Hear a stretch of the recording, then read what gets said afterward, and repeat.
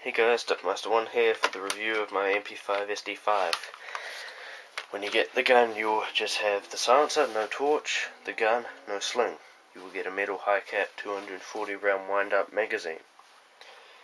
This will most likely break, as mine did. Mine didn't even last a whole game. In the middle of a game, middle of a firefight, a cog inside it snapped. So instead I went out and I bought 10 of these.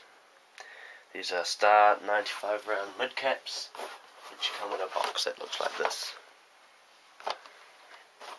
Now, just thought I should note, a lot of people will not buy an MP5 because of the magazines. There are tons of rumours out there saying if you have, most vests will not fit them. M4 mag holders will not fit MP5 magazines. This is true somewhat. Some M4 mags are designed to barely fit the M4 mag, and they are only just high enough to fit it. However, some vests, which this is a regular cross-draw vest, are designed to be able to take two M4 mags. And because they are able to take two M4 mags, they can take two MP5 mags side by side.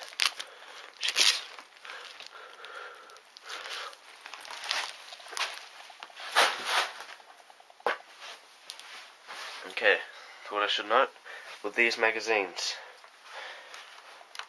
I'm pretty sure it's just the mid caps. Okay, that's in. I have done it at mid game, I put it in, and this was when there were two tapes side by side, so I was pushing it in like this. To me, that's in. Now, I did have several times, you push it in, it doesn't quite click, but you can fire with it. That will fire, no problem. And the problem is you're walking, brushes against the bush,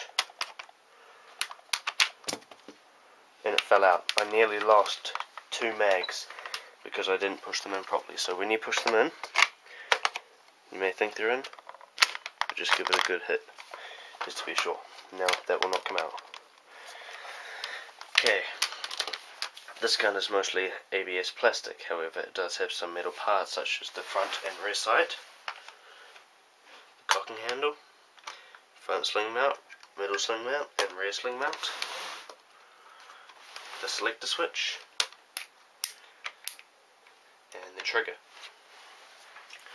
Okay, a lot of people have had problems with their selector switch, with it being really loose. My gun was taken apart by the previous owner, and he did not tighten this properly, so this was at times just fell off. Now, for those of you who are complaining about their Jingong gun not being tight enough and not clicking, there's a little hex screw just there. Just push it in, tighten it, and it will. Before, mine never used to click. Now it's quite audible. I was actually sneaking in a bush in the game where my mag broke and flicked it to semi-auto. Actually, it doesn't really matter which is on because it's semi-automatic only, but it flicked onto one of those and gave away my position. I was shot 3 times in rapid succession, so it probably shouldn't be that tight, but yeah. Okay. Now, for those of you who are MP5 fans or M4 fans or whatever fans you are, go for whatever gun you want. But for those who are undecided and want a cheap starter gun, this is perfect. I mean, $73 US from WGC shop. Comes with battery and charger. Compared to a Tokyo Marui gun, which is $350 for the same model and does not come with a battery or charger, and that's an extra $30-40 bucks. So for a starter gun, it is great. One of my main problems though is it has a high velocity of 360 fps with 0.2 grams and 340 with 0.25 gram, but because of how cheap the hop up is, it isn't a very good hop up. the maximum range on this is, if the hop up is set properly, 160 feet. If you tune the hop up so it skyrockets and then drops, you can maybe get 170, 180 feet, but the max I've got on this is 150 feet, and that is aiming directly at them. So yeah, it's a great gun. It's my first SEG, which means I'm quite glad to have it. For those of you who haven't watched the unboxing of this, I got this from Trade Me in New Zealand. The website for that is trademe.co.nz.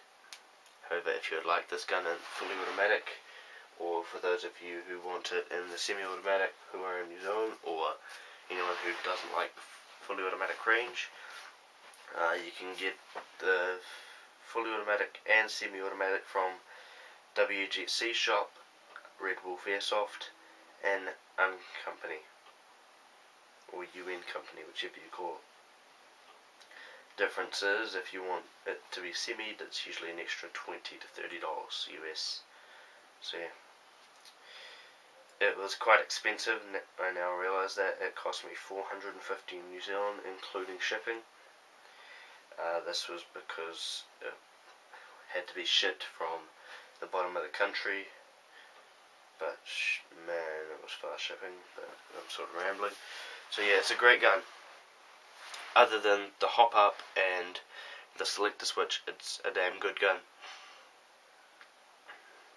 So yeah, the box is pretty basic, and oh yeah, something I just realised I have not noted. The battery in it is a 8.4 volt 1500 milliamp large type. Now I put about 900 rounds through that, and it was still going good. I played from 10 till 3, then charged it for an hour, then fully charged it in an hour, then played from 6 till 10 at night, constantly shooting, and neither time did the battery run out. So it's a good gun. I'm glad I bought it.